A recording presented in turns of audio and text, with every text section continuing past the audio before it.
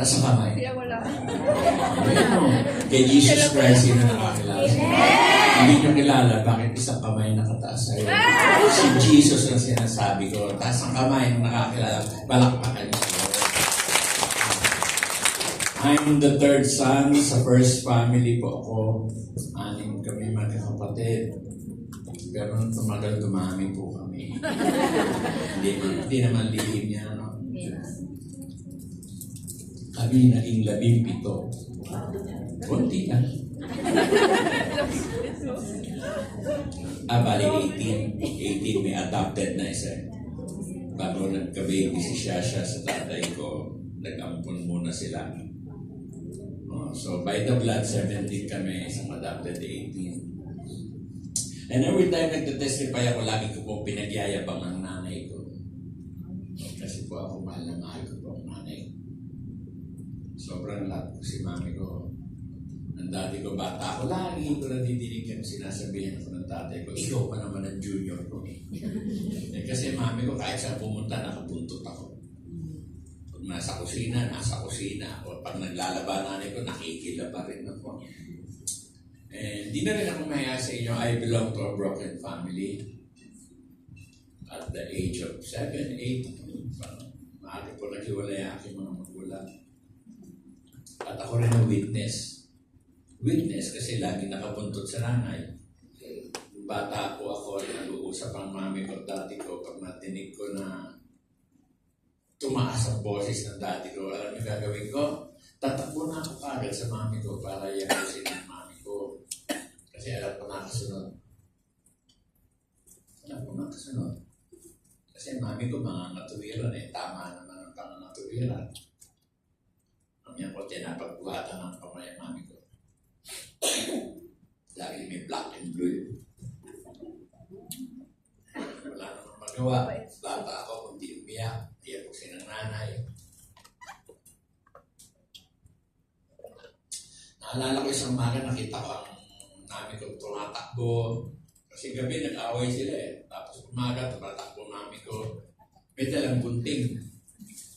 Kasi nananahi yun, mahilig manahi mami ko Meron siyang bunting doon sa kanyang gamit sa pananahi. Kung nakita ko mami ko tumatakbo umiiyak, hinabol ko siya, hindi ko na siya naabutan. Mami ko po yung nakapag-lock ng pinto ng kwarto nila ng tatay ko. Siyempre, kinakatok ko, Mami, buksan mo yung pinto. Di siya kumikibo, di siya sumasagot. Iyak lang ng iyak, nadidinig ko. Eksakto that time, dumating po ang daddy ko. Galing siya sa shooting. Thank you. Galing sa shooting ang daddy ko. Pagparada ng kotse ng tatay ko, agad ko siya tinakbo na, Daddy, nakita ko si Mami, iyak na iyak, may dalang bunting. Natakot ng tatay ko. Ipunta siya doon sa kwarto nila, kinakatok niya, tinatawag niya si Mami ko sa pangalang Grace. Grace po, pangalan ni Mami ko. Grace, buksan mo itong pinto. Hindi siya sinasagot, kundi iyak lang ng iyak. Mami ko, siyempre natakot ang tatay ko. Gusto ng daddy ko mabuksan yung pinto, kinakaldag pa niya, binabalya niya yung pintong gano'n. Sa kabalya ng tatay ko, nagkaroon ng siwang yung pinto. Bumuka ng konting gano'n, naipasok niya yung kamay niya, nabuksan niya yung pinto, nakapasok ang tatay ko. Pagpasok ng tatay ko, ako yung nandun doon kahit ako yung naging saksi nito Nagkakagawa sila sa gunting. Yung malaking babae, mami ko po ay kapangpangan, taga-Mabalacat po, mother ko. Nagka-trauma ako Kasi ako yung bata sa paanan ng mami ko, dati ko. Nakahawak ako sa kita ng mami ko, dati. Nakatingal ako, umiiyak. Kasi nakikita ko yung gunting Pumipilipilipit na gano'n, hawak ng tatay ko sa kamay ang mami ko. Hindi niya maagaw. Tapos yung gunting, nakita ko po yun, nakita ko kumayon sa ganito ng nanay ko, lumabas yung laman ng mami ko dito, Kasi ako yung bata sa baba, tinatapunan ako ng dugo ng mami ko dati. Kahawak siya yung dugo ng mami ko, tumapon sa mukha ko, iyak ako na yan. Hanggang sa yung gunting, pumasok sa katawan ng mami ko, bumaksak na siya. Pagbaksak ng mami ko, siyempre, pinuhat ng tatay ko, alam ko itatakbo sa ospital. Hindi ko po iniwan ng mami ko, agad po akong tumakbo. Sakay sa kotse ng tatay ko. Dinala sa St. Luke si mami. Pero nung gumaling na ang mami ko, hindi na po nakatiis ang mami ko.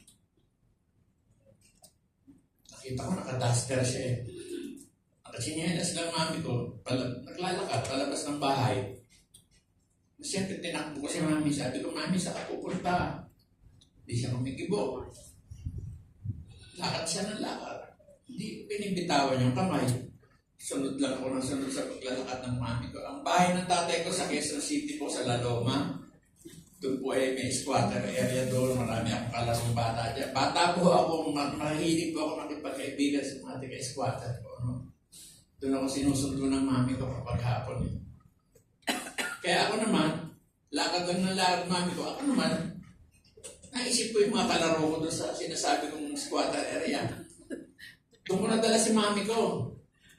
At di ko namamalayan, doon na kami nakatira ng mami ko sa isang maliit na kwarto. Sabi ng mga nakatira doon, di ba asawa ni Mang Dolby yan? Sabi, yung bata anak yan. Sabi, bakit dito nakatira? Ang ganda ng bahay ni Mang Dolby niya. Sabi niya, bago. Alam niya, Dolby na po tatay ko that time. Kasi doon sa lugar na squatter area, may doon dinadala yung panintan newspaper ba? Umaangkat po ako ng dyaryo, nagtitinda po ako ng newspaper para may pangkain si mami ko. Ang mother ko po ay artista rin. Sabi ko sa mami ko, mami, gusto ko makatulong sa'yo. Sabi ko, parang di naman tayo, parang minsan mo lang kinakain. Mag-artista kaya ako. Sabi ng mami, bakit gagawin natin? Punta tayo mami sa kilala mo mga producer. Sabi mo mag-artista ako. Naging blessing din sa amin yun. Na talagang punta kami sa kilala ng mami ko mga producer. Kasi si showbiz diyan talaga nag-umpisa yung Marites eh.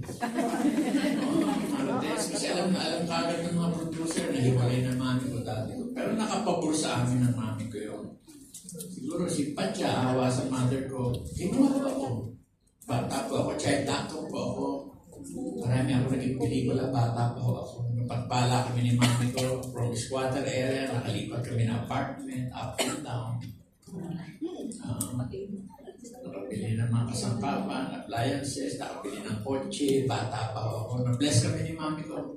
Pero noong time na kumikita na ako, lumalaki pa akong isang rebelde sa tatay ko.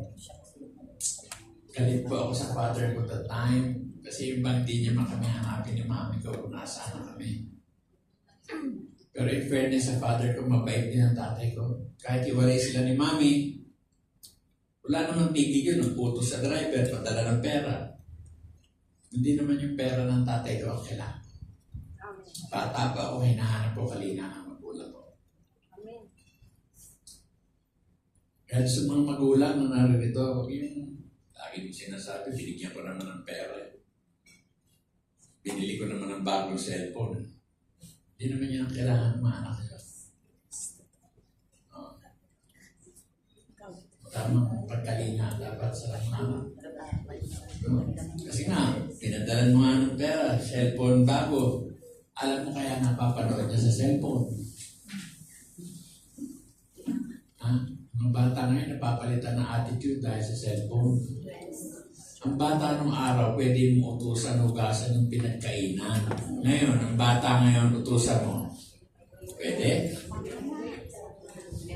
Wait. Meron bang bata, pag mulat ng mata sa umaga, magpe-pray? Wala. Pag mulat ng mata, cellphone. Tama?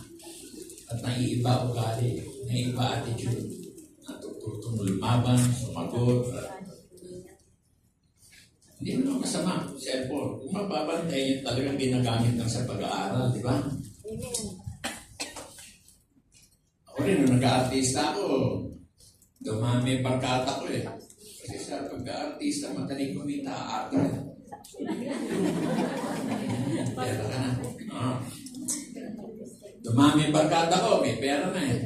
Diba ang tao pag may pera, maraming pagkata. Tama? Tama?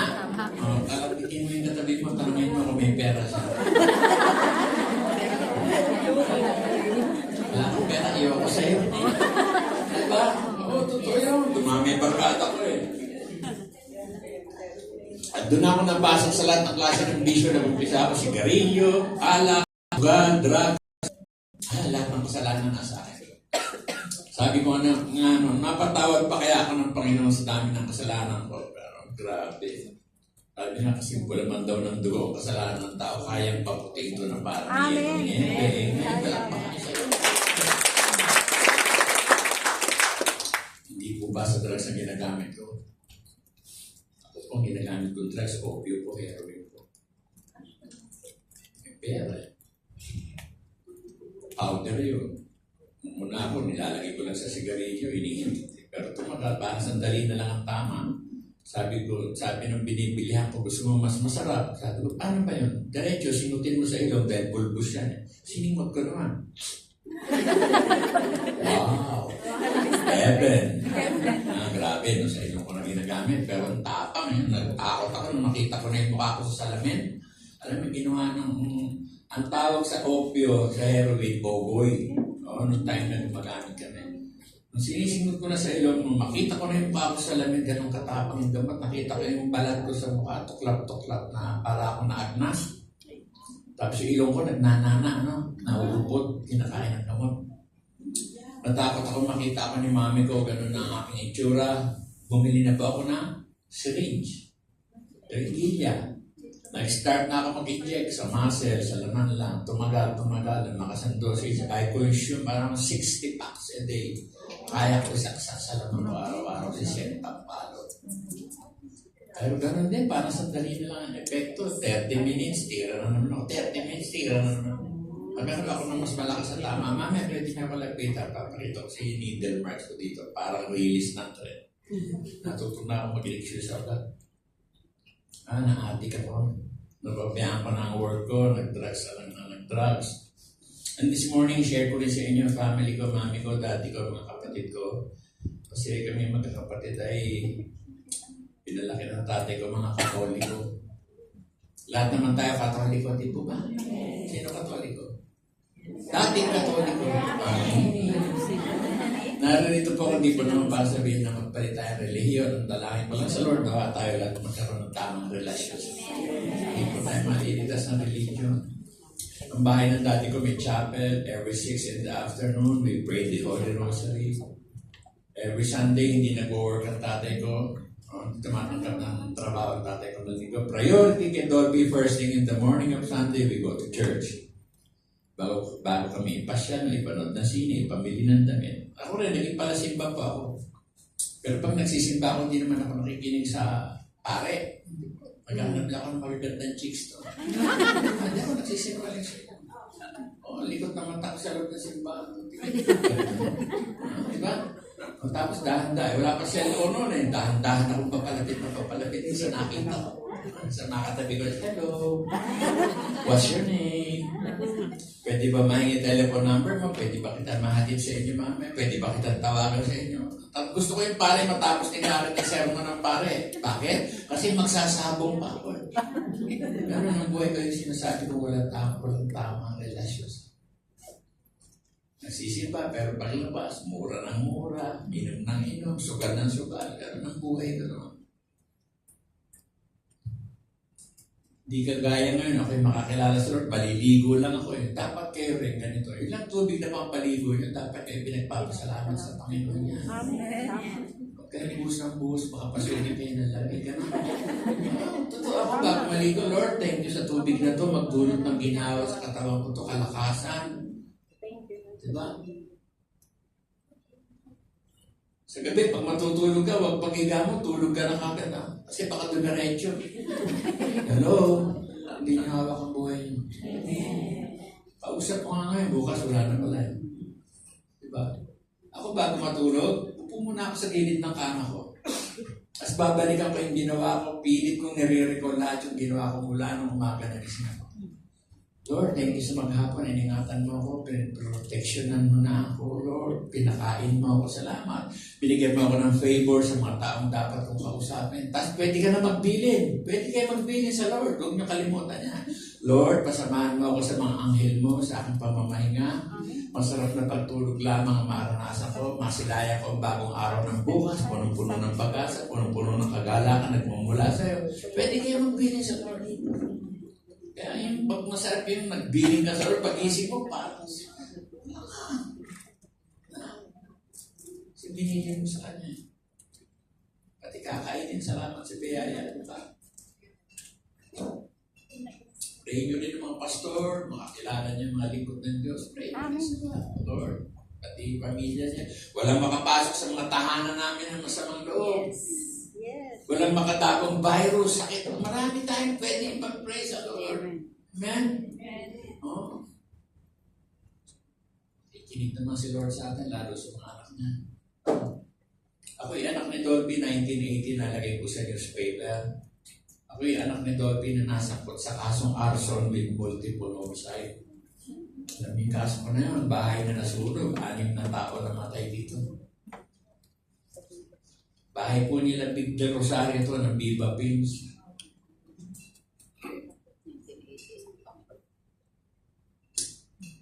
Ako po ay natulang mabilanggo ng habang buhay. Pero nakatayo kasi ng harapan dito sa lugar na ako. Kung ipapo sa inyong kaalaman, wala to akong kinalaman sa kaso ito. Madali po ako naisangkot sa kaso nito kasi ang image ko po ay isang drug addict po.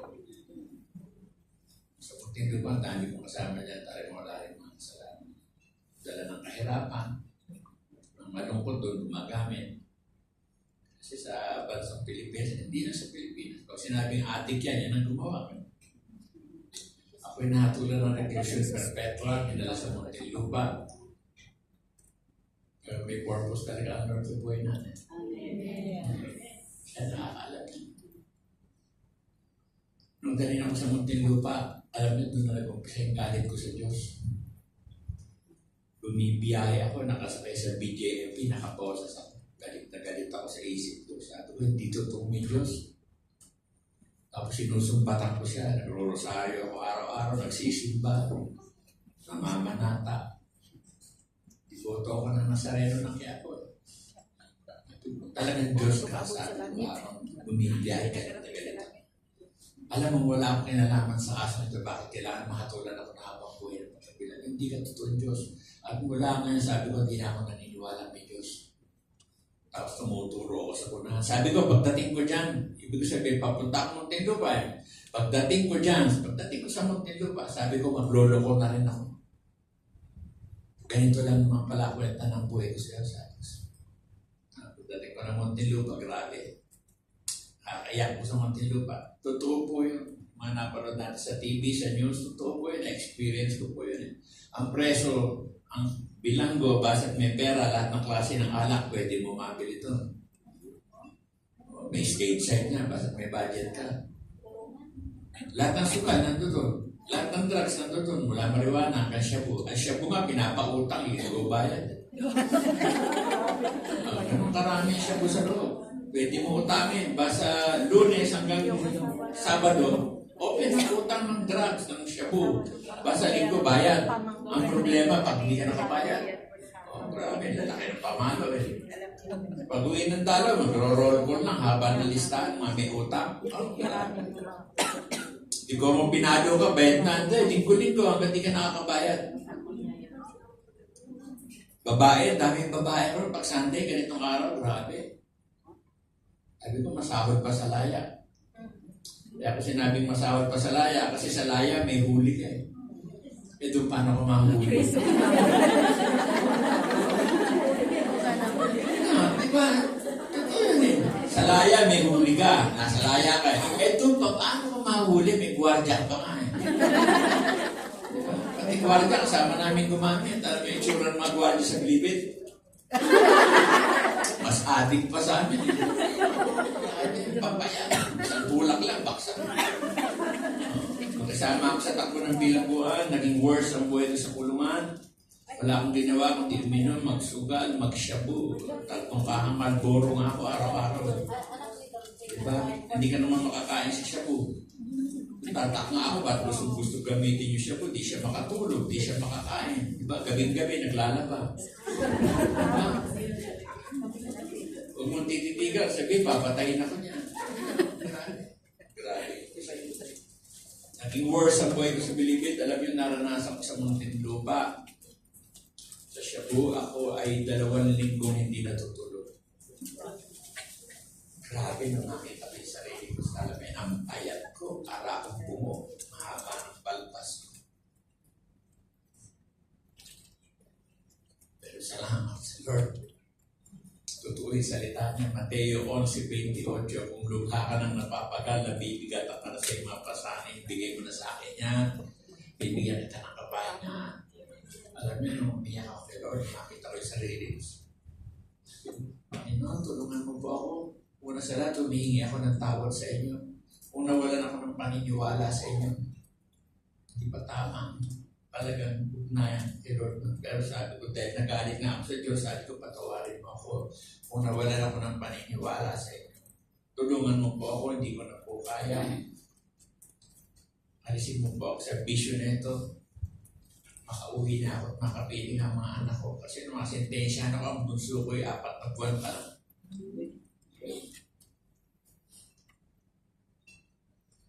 Alam niyo, nung hiningi ko kay Lord, totoo po talaga.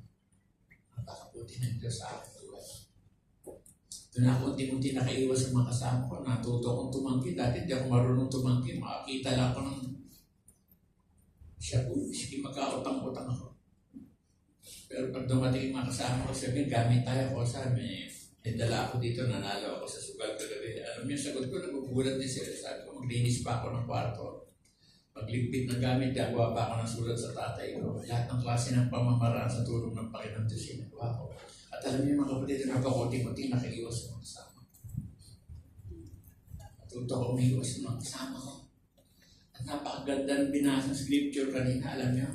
Nung una kong humingi sa Lord, iyak ako ng iyak. May Bible ako doon, hindi ko na maintindihan yung Bible. Nakikita ko lang palagi yung Bible doon sa kwarto ko. Nung tampunin ko yung Bible, iyak ako na iyak. Bakit? Kasi dami alikabok eh. So, daming alikabok. Kinuha ko yung malinis kong t-shirt, pinupunasan ko, iyak ako. Sabi ko, sorry po Lord, nawalan po ako ng panahon, nagbasa na yung salita. Kasi Lord, wala akong alam dito eh. Alam niyo, hingi niyo kay Lord, bibigay din ng Lord sa inyo. Sinabi ko, wala akong alam dito sa Biblia. Sabi ko, Lord, bigyan mo ako ng tamang mababasa ko dito. Yung scripture na binasa kanina. Nung una kong buksan ang Bible, Pastora, hindi ko siya nilipat-lipat. Hindi ko nilipat-lipat. Binuksan ko lang yung magandang balita, Biblia, yung kulay blue na Tagalog. Pagbukas ko gano'n, alam niyo, dire-diretso yung mata ko saan? John 1:12. Na kayong mga nanalig at tumanggap sa akin ay pagkakalooban ko ng karapatan maging anak ng Diyos. Akala ko kasi nung araw, dasal ko ng dasal, simba ng simba, rosaryo, namamanata, anak na po ako ng Diyos. Di po pala, kailangan po tanggapin natin, papasukin natin sa ating puso natin, Panginoon. Yung palang pangalawang binasa, John 8:32, grabe, pinakita rin ng Lord sa akin. Kasi akala ko nung araw, pinakamalaking bilangguan, yung Muntinlupa. Pero nung makakilala ako sa Lord, siya ako lang naunawaan ang pinakamalaking bilangguan eh. Kayo ba? Ano ba sa palagay niyo ang pinakamalaking bilangguan? Ito po mundo. Dahil narito sa mundo, ginagalawa natin lahat mo ng klase ng bilanggo. Bilanggo ng bisyo, sigarilyo, alak, sugal. Bilanggo ng laman, kasakiman sa pera, sa katungkulan, kasinungalingan, kachismisa, pandaraya, panloko, pagkaingit. Lahat po ng klase ng bilanggo nandito po sa mundo ginagalawa natin. Amen. Kaya mapalad din po kung mabasa ko sa kanyang salita, John 8:32. Makikilala ninyo ang katotohanan at katotohanan na magpapalaya sa inyo. Amen. Sa loob pa lang ng Muntinlupa, inalaya na po ako ng Panginoon. Amen. Hindi po pala Panginoon.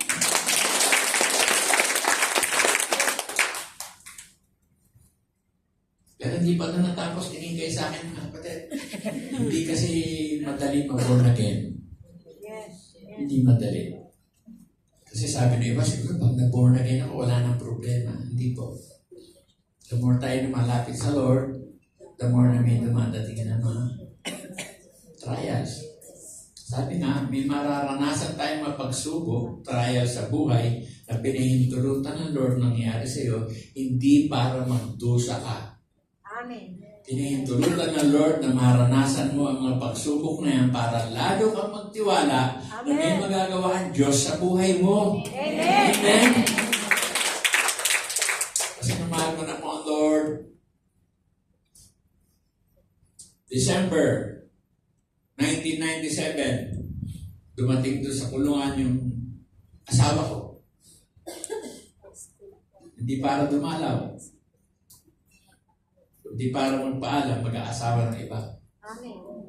At that time, mainit ako sa Lord, sa kulungan, ang daming Bible study, ang daming prayer meeting, tapos Sabado, walang dalaw, pero may mga church na pumapasok. Alam nyo, alam ko lahat ang schedule niya. Ako'y dumadalo sa gawain ng Panginoon. Kaya nung mandinig ko yung wife ko, sabi niya, hindi na ako makadalaw siya, hindi na ako makantay sa laya. Sabi niya, mag-aasawa na ako. Alam niyo, napayo ko ako, nasa opisina kami umiiyak. Sabi ko, Lord, sabi ko, ba't ganun?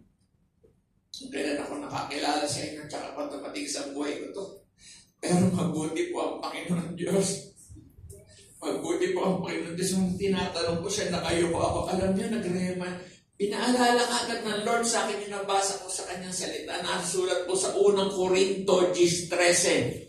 Na ang lahat ay dumanas ng pagsubok at walang sino man sa atin bibigyan ng pagsubok na hindi makakayanan. Sa halip, bibigyan tayo ng kalakasan upang ito'y ating mapagtagumpayan. Nagrema din po sa akin, pinaalala ng Lord, yung nasusulat po sa Santiago, James chapter 1, verse 2 hanggang 4. Sinabi nun, magalak kayong lubos kung may dumating sa inyo sari-sari pagsubok, sapagkat susubukin ko kayo, lalong maging matatag inyong pananampalataya. At kung yun ay inyong mapagtagumpayan, kayo magiging ganap at walang kakulangan. Alam nyo, pagtingin ko sa asawa ko, para ba akong nahimas-masan ako? Tapos mabilis ko siya nasagot. Sige, sabi ko, kung saan ka maging maayos, pero ako na lang ako pabayaan ng mga anak ko. Di lumabas siya.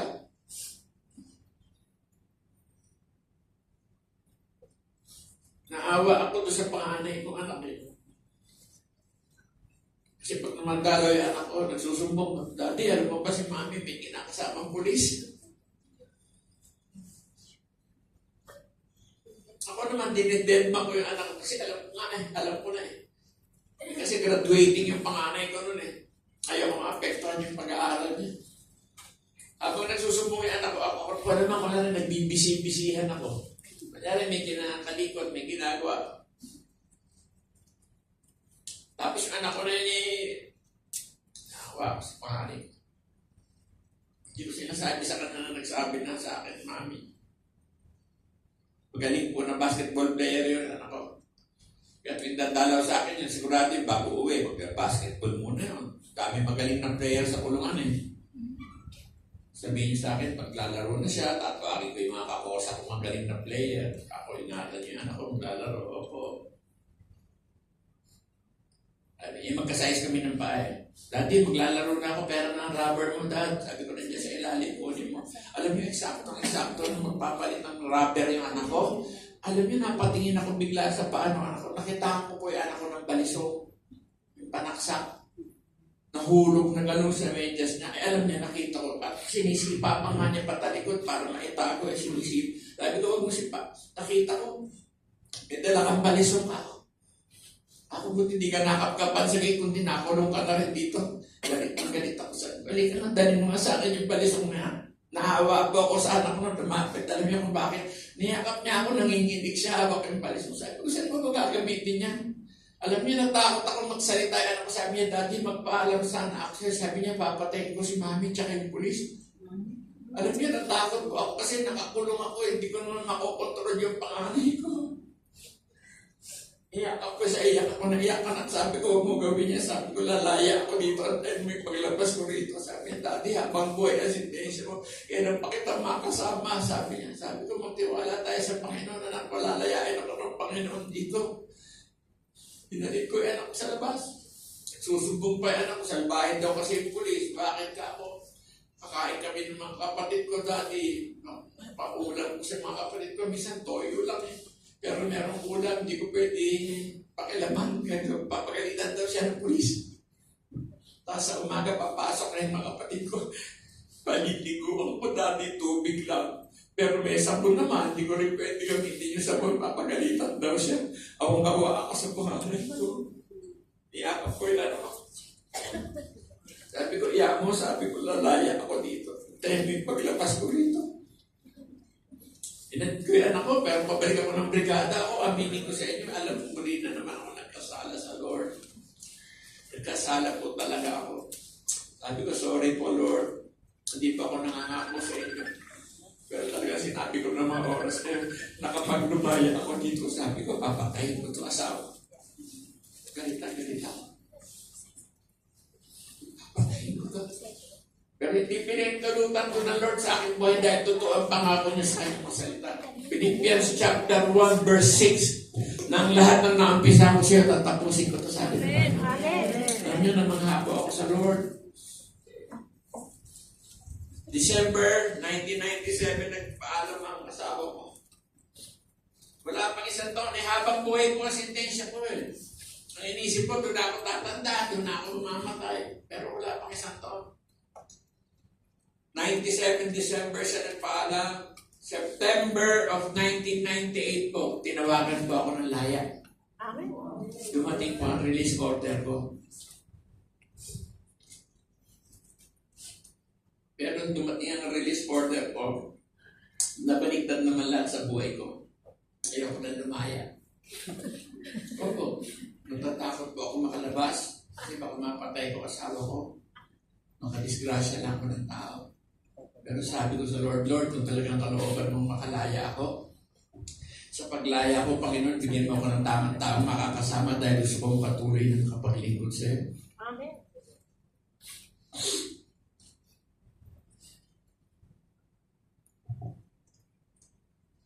Lumaya po ako September 28 of 1998. Gulong-gulo isip ko. Sabi ko, saan ako pupunta? Ang unang sumundo sa akin, mami ko pa rin. Mother ko pa rin ang sumundo sa akin. At ang una kong nabagi na ng mabuting balita ng kaligtasan, ang nanay ko po. Ang nanay ko po yung born again, masipag ang mami ko sa gawain ng Panginoon. Sa church na sa kami nadalo ay wala pa hong tao ron. Mami ko nandito na inaayos yung masilya. Mami ko masipag mag-share. Si Dennis Padilla, pinsang buko po yun. Ano? Si Dennis Padilla, mother ko magkapatid po. Nadala ng mami ko lahat ng kapatid niya. At bago umuwi si mami kay Lord, talagang mabait ang Lord. Hindi na maganda lagay ni mami. Sabi ko, Panginoon, sana naman magkausap si mami ko dati. Kasi hindi sila talaga nagkausap. Pero alam niyo, araw yung pastora, nung nagpe-pray ako, nasa UER, ang mami ko, exacto after my prayers, dumating po ang tatay ko. Dumating po ang tatay ko, dumiretso sa kama ng mami ko, hinawakan niya ang paa ng mami ko, pinisil niya at natinig ko, sabi ng daddy ko, Grace, patawarin mo sana ako. Sa lahat ng kasalanan ko sa iyo, sa lahat ng pag-uulong ko sa iyo. Tapos umikot niya sa ulo ng mami ko. Hinalikan niya ang mami ko sa loob. Patawarin mo sana ako, Grace. Iyak na iyak ang daddy ko. Lumabas ako ng kwarto, iyak ako na iyak. Nagpapasalamat ako sa Panginoon. Sabi ko, thank you Lord, nagkausap na ang mami ko dati ko. Bago uuwi ang mami ko sa Lord. Karoon sila ng closure. Salamat talaga sa Lord. Tapos ang dati ko naman, pinuntahan ko nung lumaya ako. Nagpapasalamat ako sa Kanya. Daddy, thank you sa mga tulong mo. Suporta mo sa akin nung nakakulong ako. Kasi sinuportahan din niya yung mga anak ko. Sabi ko, Daddy, tulungan mo naman ako. Ang una ko nadinig pala, sinabi ng daddy ko, ang pinasalamatan niya Diyos. Sabi niya, salamat sa Panginoon Diyos, nakalaya ka nga. Sabi niya, dinatan ko pa ako buhay. Kaya sabi ko, Daddy, tulungan mo ako. Sabi niya, ano ba tulong, Junior? Sabi ko, Dad, bigyan mo naman ako ng konting pampuhunan ko. Magtayo naman ako palit na negosyo para makabangon ako. Sabi ng daddy ko, wala tayong ganong liquid na cash dito. Pero sabi ng daddy ko, marami akong property. Bigyan kita ng lupa, ibenta ko, binigyan ako ng daddy kong 4 na hektarya ng lupa. Wala naman ako alam sa lupa. Tanong sa mga kilala ko, dahil naalala ko yung prayers ko sa Lord, kung nakakulong ako, nung dumating yung release order. Sabi ko, Lord, sa pakilaya ko, kung talagang gusto mo na akong lumaya, bigyan mo ako ng tamang taong makakasama dahil gusto mong patuloy na maglingkod na lamang sa iyo. Alam nyo, binigyan ako ng 4 hectares, nagtanong ko sa mga kilala. Sabi ko, tulungan niyo ako ibenta to. Pero Lord, talagang tapat to. Hindi gaya ng tao, pag nangako yan, puro promise na promise. Naalala ko yung prayers ko kay Lord, bigyan ako ng tamang-tamang mga kasama. May nakilala pa ako, contractor, developer, pinakita ko yung lupa, pinasa niya, ang ganda. Pati location ng lupa mo, maganda. Padali ibenta. Sabi niya, sige, tulungan kita ibenta to. Pero imbis mo nalakaran na ibenta yung lupa ko, puro salita ng Diyos na sinishare sa akin. Sabi ko, mamaya na yan. Benta mo na natin ito. Dala naman siya ng Bible. Sabi ko, sabi sa chapter ganito. Sabi ko, paano natin mabibenta ito? Sabi niya, hindi unahin mo ang Panginoon Diyos. Ang Panginoon Diyos ang hanap ng bayan niya. Amen. Tapos sinagalit siya ako, bakit di ka na lang magpagamit sa Lord? I-share mo yung ginawa ng Lord sa buhay mo. Paano ka inalis siya bisyo, paano ka binago, paano ka pinadaya. Ako yung nagyayabang sa inyo sa harapan niya. Gusto ko sabihin. Ako po, nag-full-time na po ako kay Lord. Amen. Binigay mo na po ang buhay sa buhay. Ikot-ikot ng Pilipinas hanggang sa ibang bansa pinadala. Nasa Hong Kong ako ngayon. Dati ko nung nabubuhay, nabubulag. Dati alis ako bukas. Saan ka pupunta? Bahrain. Tapos papaalam na lang. Saan pupunta? Canada. Taiwan. Japan. Sabi ng daddy ko, sino ba talaga bumibili ng ticket mo? Sabi ko, si Jesus. Sabi niya, gulo mo kausap. Daddy, hindi ako magulo kausap. Gumamit ang Panginoon ng mga tao, churches, para ma-share ko yung ginawa niya sa buhay. Amen. Tapos namamahan daddy ko, kasi pag nasa abroad ako, ang lagi kong pinamimili, unang-una na pasalubong tatay ko. Siya agad pumapasok sa isip ko. Kasi alam ko mga paborito ng daddy ko. Lalo sa damit, mahilig sa puti yun. Bibili ko yung terno-terno mula sapatos hanggang sombrero puti. Kaya dadating ako, kailan ka dumating? Kanina lang daw. Saan ka naman galing? Bahrain. Sabi niya, Daddy, sabi niya, ano ito? Pinabibigay sa'yo, Dad. Sabi niya, sino? Si Jesus. Napatunayan ko po sa tatay ko, mayaman po ang ating Panginoon Diyos. Gusto ko rin ikwento sa inyo, Father ko. Grabe. Nagtitipig siya ng Hong Alondariles, tinawagan ko siya. Nung event namin ay malapit sa ABS, sabi ko, Daddy, anong oras ang break time mo dyan? Sabi niya, 7:00. Sabi ko sa kanya, Daddy, tama-tama. Sabi niya, bakit? Dito tayo maghahapunan, sabay tayo. Sabi niya, hindi pwede. Ang dami-dami kinukunan sa akin, sabi niya. Sabi niya, tawagan kita mamaya. Pinutay ko yung cellphone. Alam niya, wala pang 5 minuto, Pastora, Romy ng cellphone ko. Nakita ko tatay ko. Nasaan ka? Daddy, Jade Valley Restaurant sa Timog, malapit na ako sa ABS. Alam niyo, nagulat ako sa sagot na, sige, antay mo, darating ako. Hindi ko pa na-expect yun kasi ang daddy ko, wag lang kami magtampo sa kanya, oo lang ng oo yun. Eksaktong 7:00, kinakalabit ako ng katabi ko, sabi niya, Brad, ang daddy mo, ayun, no, nakita ko, nasa may pintuan, nakita ko, tatay ko, nakatayo doon, naka-all white. Mas tinatawag niya ako, pero galit siya, sabi niya. Glabit ko, sabi ng daddy ko, sabi mo, maghahaponan tayo, o dad, maghahaponan. Ano nga to? Kasi 1,000 tao eh. Daddy, gawain ng Panginoon. Di hinakit ko na siya papasok, di na po siya nakalimas. Ano po? Pag-upo po ng tatay ko sa unahan, ang talagang may programa ng buhay natin ng Panginoon Diyos. Amen. Bakit? Kasi pag-upo po ng tatay ko sa unahan, may babae pumanik sa stage. Yung babae, kinuha yung mic. Sabi po ngayon, madidinig po natin magpatutuo si Brother Dolby Jr. Dito may ako. When I was sharing my testimony, nakita ko mga tatay ko sa ulan, iyak ang dami ko. Lalo nung nabanggit ko, ako'y nasangkot sa isang aso. Kasi nung mangyari po yung sulog na yung magkasama po kami ng daddy ko sa bahay niya. Birthday po ng unang akong babae ni Dolby nung mangyari yung sulog niya. Iyak nang iyak ang tatay ko. Alam mo, hindi na po siya nahiya sa napakaraming tao. Tumayo ang tatay ko, tumakbo sa akin sa unahan. Iyakap ako at ang una kong nadinig na sinabi niya. Sabi niya, anak, isama mo na lahat ng mga kapatid mo dito. At doon sa gawain niya yung mga kapatid, kitang-kita ko po ang tatay ko. 2 kamay nakataas po sa tatay ko. Tinanggap po niya ang Panginoon Diyos mo. Ako'y nagpapasalamat sa Lord. Totoo yung promise ng Lord sa Acts chapter 16 verse 31. Sumampalataya kayo kay maliligtas pati ang inyong buong sambayan. After my father, sunod-sunod na po mga kapatid ko, si Sally, si Freddy, si Edgar, si Rolly. Lahat po sila kumilala tumanggap po sa Panginoon.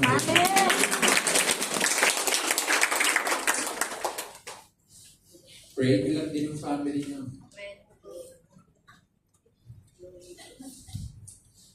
Pray natin ang family natin.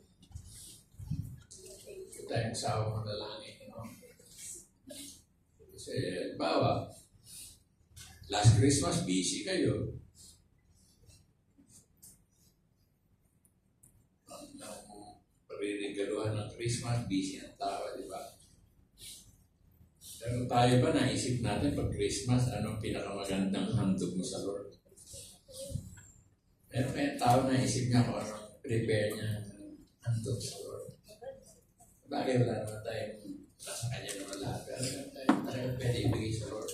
Buhay natin. Ako, ang buhay ko po talagang nakalaan na lang sa Panginoon. O alam ko mga sitwasyon yun, sa ilang balik tayo ng sa ko. Pinagpagura niya minsan iniisip mo, padala mo to. Nagagamit kaya sa maayos. Worry tayo. Mahal niyo ba si Lord? Amen. Awit tayo sa Lord kasi ang prayers ko kay Lord talaga tayo patuloy na mapalapit pa kay Lord. Amen?